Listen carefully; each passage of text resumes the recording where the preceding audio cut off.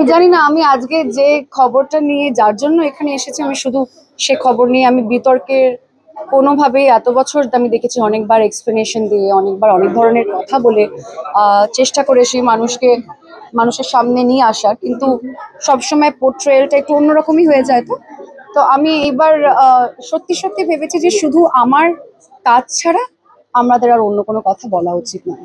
বাকি কথা ক্যামেরাটা অফ করলে বলে দেবো। লোকজনের জন্য তো আমি বেঁচে থাকি না।